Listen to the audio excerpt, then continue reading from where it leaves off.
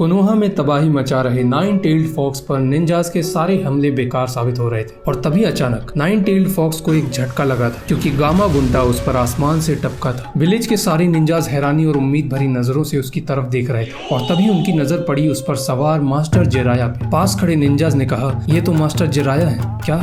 वो लेजेंडरी सानीन? और जिराया ने कहा, यहाँ से आगे मैं संभालूंगा।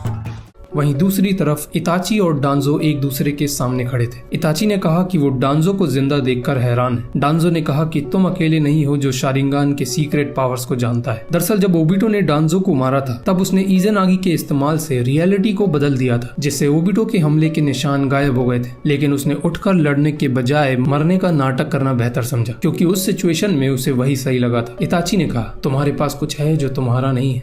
डांजो ने अपनी बैंडेजेस को खोला और उसके हाथ में लगे ढेर सारे शारिंगान देखकर इताची की नफरत डांजो के लिए और बढ़ चुकी थी। इसी के साथ उन दोनों के बीच शुरू होता है शारिंगान का युद्ध। इताची का मकसद है शिजुई की आंख डांजो से वापस लेना, जिसकी उसे आगे जरूरत पड़ने वाली थी। इताची ने कहा, तुम्हारी नफरत ने ही इन परिस्थितियों को जन्म दिया है। वो तुम ही हो जिसने शिजुई की जान लेकर इस बगावत को होने दिया। डांजो ने कहा, बड़े मकसद को पूरा करने में छोटी कुर्बानियां देनी पड़ती हैं। विंड स्टाइल अटैक तो कभी फायर बॉल अटैक। डांजो अपनी पूरी शक्ति के साथ इताची पर हमले कर रहा था और इताची उसके हर हमले का जवाब दे रहा था। एक समय आया जब अचानक डांजो सामने से गायब होकर तेजी से इताची के पीछे आता है और तलवार इताची की पीठ के आर पार कर देता है और कहता है, तुम्हें मारने के बाद मैं सुनिश्चित करूंगा कि कोई भी उचीहा जिंदा न बच पाए, खास तौर पे तुम्हारा छोटा भाई। और इताची की बॉडी ढेर सारे कौवों में बदल जाती है और नजरें घुमाकर पीछे खड़े इताची की आंखों में देखते ही डांजो की पूरी दुनिया घूम जाती है। चारों तरफ अंधेरा और आसमान से आती तेज रोशनी जो आंखों को चकाचौंध कर दे और उस रोशनी के बीच से एक हाथ तेजी से आता है और डांजो की आंख निकाल ले जाता है। डांजो के पैरों के नीचे से जमीन गायब हो जाती है, मानो कि वो किसी तरह के ब्लैक होल में गिरता चला जा रहा है। रियलिटी में डांजो बेहोश पड़ा हुआ था और इताची के हाथ में शिजुई की आंख थी। वहाँ से जाने से पहले बेहोश पड़े डांजो से इताची ने कहा,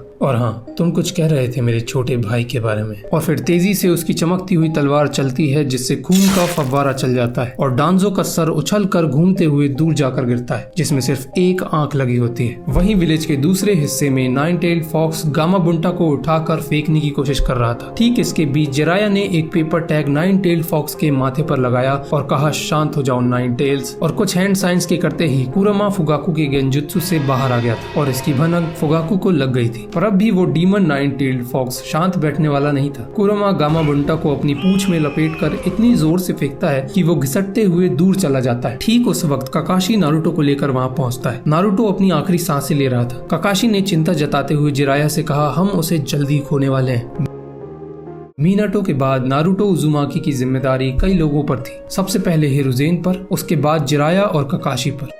जिस रात मीनाटो और कुशिना की जान गई थी तब सबसे ज्यादा दुखी दो लोग हुए थे, जिराया जिसने अपने स्टूडेंट को खोया था और काकाशी जिसने अपने सेंसे को खोया था। नाइन टेल्स के अटैक और उचीहास के आक्रमण के होते ही काकाशी समझ चुका था कि नारुतो की जान खतरे में है और वो तुरंत उसे ढूंढने चला गया था। उसने देखा कि सासुके नारुतो को पीठ में लाद कर विलेज की तरफ भाग रहा है। दौड़ते हुए सासुके सुनी हुई बातों को याद कर रहा था कि किस तरह लोग नारुतो के अंदर के मॉन्स्टर की बातें किया करते थे और उससे दूर रहते थे, और आज वही मॉन्स्टर बाहर आ चुका है। पर आखिर वो अपने क्लासमेट को अकेला मरने के लिए कैसे छोड़ सकता था। काकाशी ने नारुतो को गोद में लिया और मन में खुद से कहा, शुक्र है ये अब भी जिंदा है। सासुके घर जाओ। वहीं जिराया अपने मन में कह रहे थे कि मैं मीनाटो को नहीं बचा पाया पर मैं नारुतो को हर हाल में बचाऊंगा। मैं 8 साइंस सील परफॉर्म करने जा रहा हूँ। मीनाटो सेंसी का सीलिंग जुत्सु, पर उसमें असाधारण चक्र की जरूरत होती है। जिराया ने कहा, कुछ चीजें हैं जो मीनाटो ने अपने मास्टर को सिखाई थी और उस हादसे के बाद मैंने दिन रात लगाकर उस जुत्सु को मास्टर कर लिया था, ठीक ऐसे हालातों के लिए। नाइन टेल्स नारुतो को देखकर समझ चुका था कि उसे फिर से सील किया जाने वाला है और उसने तुरंत नारुतो पर हमला करने की कोशिश की। काकाशी ने जिराया को सावधान किया और जिराया हैंड साइंस करते हुए कहते हैं, इस बार नहीं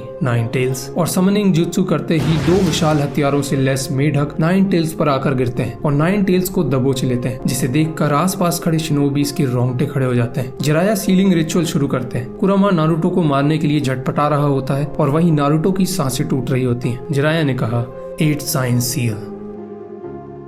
उन मेढकों की पकड़ से आजाद होकर कुरुमा एक आत्मा की तरह खिंचता हुआ नारुतो के पेट में बने 8 ट्राइग्राम सील में समा जाता है। सबकी नजरें नारुतो की तरफ होती हैं, जो धीरे धीरे आंखें खोलने की कोशिश कर रहा था और उसकी धुंधली नजर के साफ होते ही मास्टर जिराया का चेहरा नजर आता है। नारुतो की जान बच जाती है। और पास खड़े ककाशी हातके की आंखों में आंसू भर आते हैं। नाइन टेल्स का खतरा टल चुका था, पर उचीहा से युद्ध अब भी जारी है। कोनोहा के कई शिनोबीज मारे जा चुके हैं। होगाकू अपने मांगेक्यो शारिंगान की ताकत से हिरुज़ेन और एन्मा पर भारी पड़ रहा है और इताची क्या करने वाला है कोई नहीं जानता। इसी के साथ आगे की कहानी जानेंगे अगले एपिसोड में।